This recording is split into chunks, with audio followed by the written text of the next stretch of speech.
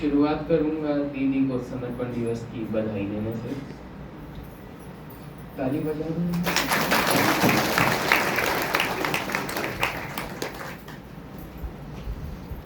तो सबसे पहले समर्पण होता क्या है?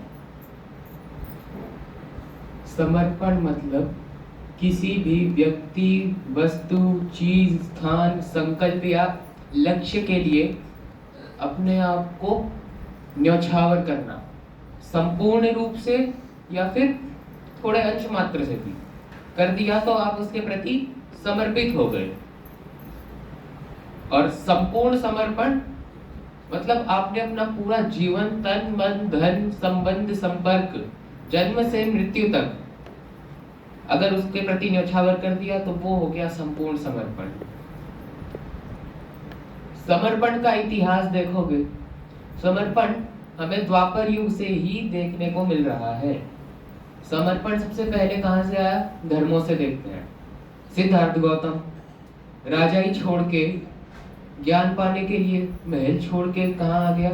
पूरी दुनिया में घूमा, फिर उसके बाद उसको ज्ञान मिला तो बुद्ध धर्म की स्थापना करी। उसकी महिमा अब तक होती है।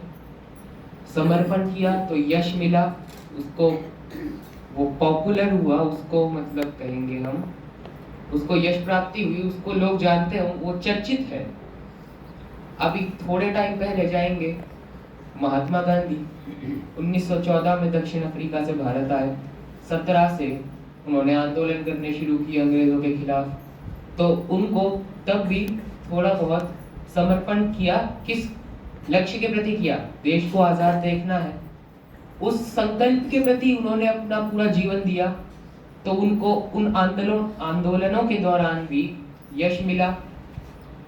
उनके चर्चे हुए कि गांधी जी ये करवा रहे हैं आजादी के लिए, गांधी जी वो करवा रहे हैं। मृत्यु कब हुई गांधी जी की? 1948 में हुई। तो आजाद हुए भी 75 साल हो गए। 29 सालों में 1917 से 1947 तक भी उनकी चर्चा हुई, अभी भी हो रही है। 75 साल हो गए और आगे अगर 15 साल भी बचे हैं तो होती ही रहेगी, खत्म नहीं होगी। मतलब अगर उन्होंने एक लक्ष्य के प्रति भी अपना समर्पण दिया तो उनकी चर्चा हो रही है। तो उसी प्रकार से अगर यहाँ पे हमसे भगवान ने समर्पण मांगा है तो ये रिचेस्ट, होलीएस्ट, प्योरेस्ट और हाईएस्ट समर्पण है।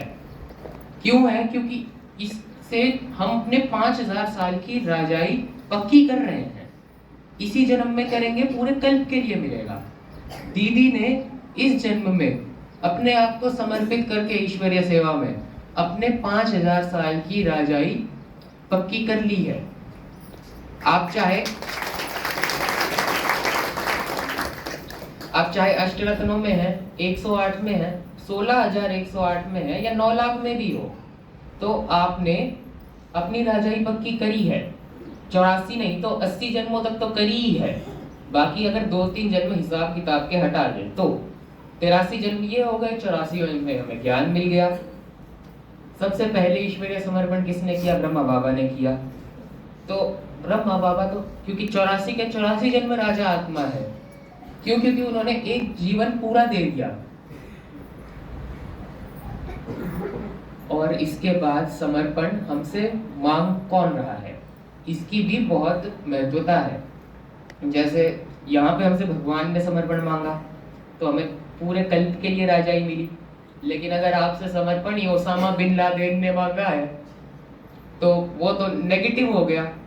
ओसामा बिन लादेन को कुछ जानते होंगे, कुछ नहीं जानते होंगे, मैं बता देता हूँ। पाकिस्तानी आतंकवादी था।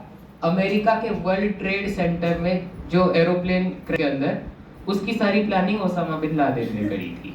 तो अगर वो आपसे कहेगा कि समर्पित हो जाओ मेरे प्रति, तो उस समर्पण का कुछ फायदा है? नहीं है। उससे तो हमने पाप कर्म और जमा करे हैं। तो हमें समर्पण कौन मांग रहा है इसका भी ध्यान रखना है। फिर उसके बाद समर्पित हो गए, लेकिन समर्पित सिर्फ बाहरी रूप से नहीं होना है, आंतरिक रूप से भी होना है। सचिन भाई की एक क्लास सुन रहा था, वो बता रहे थे कि जैसे 4-5 धर्मगुरु बैठे हैं, अपने सारे भाषण या फिर जो भी होते हैं सत्संग करने के बाद बैठे हैं, बात करते हैं। तो अब वो सारे अपने अपने अवगुणों के बारे में बात कर रहे हैं। एक बोल रहा है कि जब तक मैं 4 बोतल शराब की नहीं पी लेता एक दिन में, तब तक मुझे नींद नहीं आती। अगला बोल रहा है कि मैं बीड़ी ना पीऊं तो मुझे चैन ना आता। अगला कह रहा है कि जब तक मैं क्लब में जाके पार्टी ना करूं तब तक मेरा जी नहीं बैठता। ये सब बातें कर रहे हैं। अब सबने सोचा कि ये बता रहे हैं, मैं भी अपने अपने बता देता हूँ। अब जब आखिरी बच गया तो उससे भी पूछ लिया कि भाई तू भी बता दे तेरे क्या है। तो वो बोला कि मेरा अवगुण ये है कि जब तक मैं किसी की बात बाहर फैला ना दूं तब तक तो इसलिए अब हमारा समर्पण बाहरी रूप से और आंतरिक रूप से समान होना चाहिए। मतलब आपका रहन सहन, आपका जीने का तरीका, आपका लोगों से मिलना जुलना कैसा होता है, कैसे लोगों के साथ संग है आपका, वो सब जब तक दुनिया को पता नहीं है तब तक आप पूर्ण रूप से समर्पित भी नहीं हो। दिखना चाहिए। तो अब अगर आप अपने आप को पूरा नहीं करते हो तो भी अंश मात्र भी समर्पित करते हो तो उसका आपको पदम गुना, बात कहता है कदम में पदम है, तो पदम गुना तो जरूर मिलेगा, कहीं ना कहीं जरूर मिलेगा। ये भगवान गारंटी देता है इस बात की।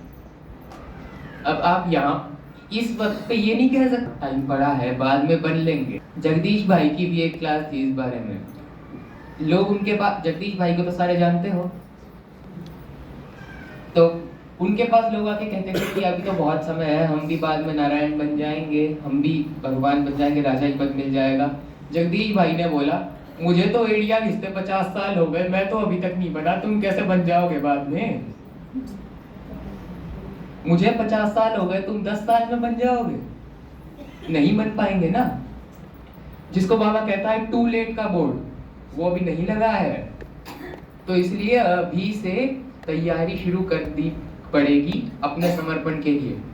पूरा नहीं तो अंश मात्र भी करो। करेंगे? ठीक है, ओम शांति।